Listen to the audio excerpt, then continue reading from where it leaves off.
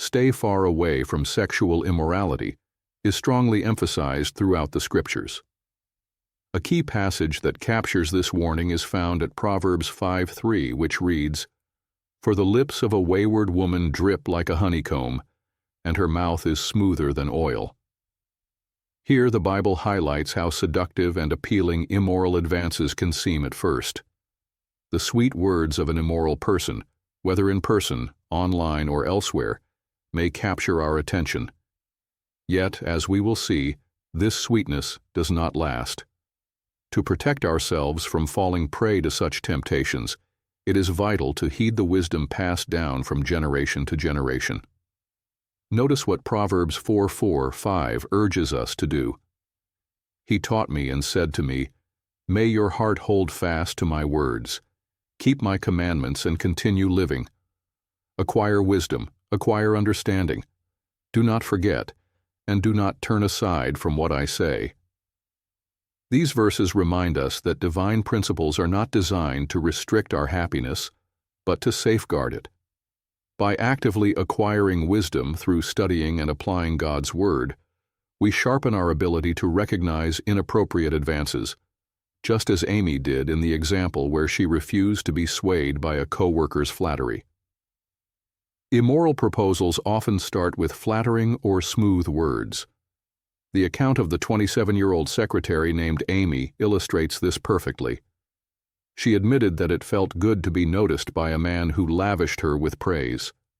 However, she wisely perceived that his interest was strictly sexual. Her decision, "I am not going to be taken in by his advances," echoes the spirit of what we read in Proverbs. Immorality can present itself in the form of a sweet promise or an exciting experience, yet we must remember that outward allure can mask a grave spiritual and emotional danger. Why is sexual immorality so dangerous? Because the results are inevitably bitter. This reality is emphasized at Proverbs 5:4-5, where the inspired writer states, in Portuguese in the reference you provided, "Mas no fim ela é amarga como o absinto e afiada como uma espada de dois gumes." 5. Os pés dela descem para a morte. Seus passos levam diretamente para a sepultura. Translating the essence of these words, the Bible warns that although immorality may feel sweet initially, its end is as bitter as wormwood and sharp as a two-edged sword. The consequences, be they a troubled conscience, an unwanted pregnancy, a sexually transmitted disease, or the devastating emotional pain inflicted on a betrayed spouse, cut deep. Indeed, one rash act can cause a lifetime of regret. Given these sobering truths, the Scriptures lovingly admonish us to maintain a safe distance from any situation that might lead us down an immoral path. Proverbs 5:8 says, "Stay far away from her. Do not go near the entrance of her house." This counsel underscores the importance of not merely rejecting immorality when it arises, but actively avoiding environments or behaviors that could invite temptation. Whether it is declining an invitation to watch inappropriate entertainment, refusing to consume debasing music, or steering clear of explicit images and pornography, our goal should be to remain as far away as possible from moral dangers.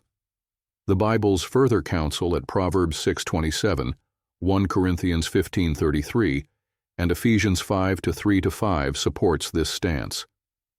These verses remind us that bad associations spoil useful habits, and that immoral talk or behavior should not even be mentioned among us. Additionally, 1 Timothy 4:8 and 1 Peter 3:4 show us that true beauty and strength come from a godly character rather than from immodest dress or flirtatious behavior. Striving for modesty inside and out protects our hearts and keeps our lives free of needless. Does sexual immorality result in giving dignity to others? Sexual immorality results in giving dignity to others by compromising the unique value and honor that God has bestowed upon each individual. When someone engages in sexual relationships outside the boundaries of marriage, they not only violate a divine standard, but also diminish the sacred self-respect that is meant to reflect God's image in them. In essence, by allowing oneself to be used for mere physical gratification, whether by oneself or with another, they lose the inherent dignity that comes from living in harmony with Jehovah's design. Moreover, this behavior can be seen as an exploitation of one's own identity. In a biblical context, dignity is not simply a personal attribute but a gift from God, which should be preserved and honored. When a person's sexuality is treated casually or exploited outside the sanctity of marriage, that divine gift is effectively transferred to someone else. This exchange means that the individual's God-given honor is devalued, as it is offered away in a manner that contradicts the intended use of one's sexual identity. Next question. What spiritual gems from this week's Bible reading would you like to share? Proverbs 5:1 and 2. Lesson. This verse reminds us of the importance of listening carefully to divine wisdom. By actively seeking and internalizing God's insight, we equip ourselves with the discretion needed to live a life that honors Jehovah and enhances our preaching efforts. Proverbs 5:3 and 4. Lesson. These verses teach us that while temptation can be enticing and appear attractive, its outcome is destructive. Recognizing the deceptive sweetness of sin helps us maintain our moral integrity and strengthens our resolve to follow God's righteous path. Proverbs 5:7. Lesson. This verse emphasizes the need for constant attentiveness to godly counsel.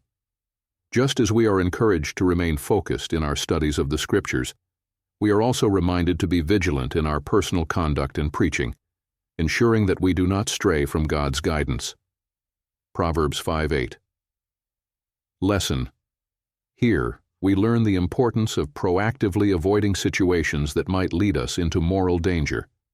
By steering clear of environments or influences that conflict with Jehovah's standards, we safeguard our spiritual well-being and set a positive example in our ministry. Proverbs 5:12 and 13. Lesson. These verses serve as a warning about the consequences of disregarding wise counsel. They teach us that failing to adhere to divine discipline not only robs us of spiritual strength, but can also lead to lasting regret. This underscores the need for humility and attentiveness to Jehovah's instruction in our lives. Proverbs 5:15. Lesson. This metaphor encourages us to cultivate and cherish what is truly ours, our relationship with Jehovah and the blessings within our own congregation and family. It teaches that remaining faithful in our personal life enriches our spiritual strength and enhances our effectiveness in ministry. Proverbs 5:18. Lesson. This verse highlights the beauty of faithful, enduring relationships that honor God's principles. By nurturing our marital bond and cherishing our spiritual family, we reflect Jehovah's blessing and set a powerful example of loyalty and love in both our personal lives and our preaching work. Proverbs 5:21. Lesson. This verse is a sobering reminder that Jehovah is fully aware of our actions. Knowing that every step we take is observed by God encourages us to live with integrity and accountability, reinforcing our commitment to truthfulness and ethical conduct in our ministry. Proverbs 5:22. Lesson. This teaches that the consequences of sinful behavior are self-inflicted. By avoiding actions that lead to spiritual entrapment, we safeguard our freedom and honor Jehovah.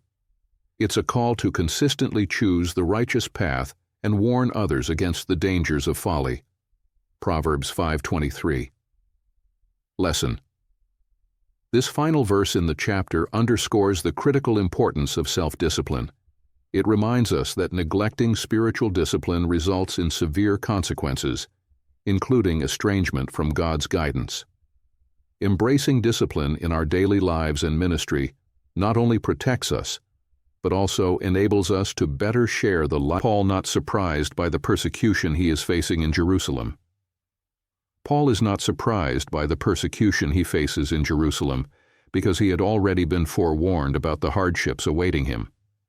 In Acts 20:22-23, Paul is reminded that he should expect imprisonment and tribulations in Jerusalem, which prepared him mentally and spiritually for the challenges ahead. Furthermore, Christian prophets had explicitly predicted that he would be bound and delivered into the hands of people of the nations. These prophecies reinforced his understanding that persecution was an inevitable part of his ministry, and that suffering for Jesus' name was to be expected. This foreknowledge not only bolstered his resolve, but also affirmed his commitment to continue his work despite the hardships. 3. From where do we receive encouragement to press on in our preaching work? We receive encouragement to press on in our preaching work through the timely, heartening words found in our publications and meetings arranged by the faithful and discreet slave. These organized spiritual resources provide us with practical advice, scriptural insights, and the reassurance that our service to Jehovah is both purposeful and protected. Additionally, these sources remind us that Jehovah has promised that no enemy of the good news will ultimately succeed. The publications and meetings not only nurture our faith but also strengthen our resolve, assuring us that our preaching work is supported by divine promises and the collective wisdom of the faithful. 4 and 5. What encouragement did Paul receive, and why was it timely? Paul received a very encouraging message when the Lord appeared to him after his rescue from the Sanhedrin. In this divine reassurance, Jesus said, "Take courage. For just as you have been giving a thorough witness about me in Jerusalem, so you must also bear witness in Rome." This promise not only reinforced Paul's resolve to continue his ministry, but also assured him that he would be delivered to complete his mission in Rome. This encouragement was particularly timely because it came on the very night after his escape, just before a deadly conspiracy was set in motion. The following day, more than 40 Jewish men formed an oath-bound conspiracy with the intent to kill him.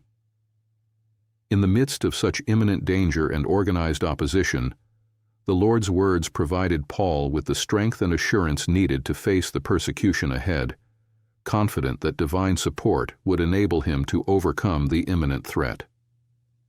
6. How was the plot to kill Paul uncovered, and what example may young people today find in this account? The plot to kill Paul was uncovered when his nephew, having learned of the conspiracy, promptly reported it to him. Recognizing the urgency, Paul then had the young man pass the information on to the Roman military commander, Claudius Lysias, thereby alerting the proper authorities and thwarting the conspirators' plan. Young people today can draw a valuable example from this account. The unnamed nephew demonstrated remarkable courage and selflessness by prioritizing the welfare of God's people over his own comfort or safety. His actions remind us of the importance of vigilance and the readiness to take responsible steps to protect our community and promote kingdom interests.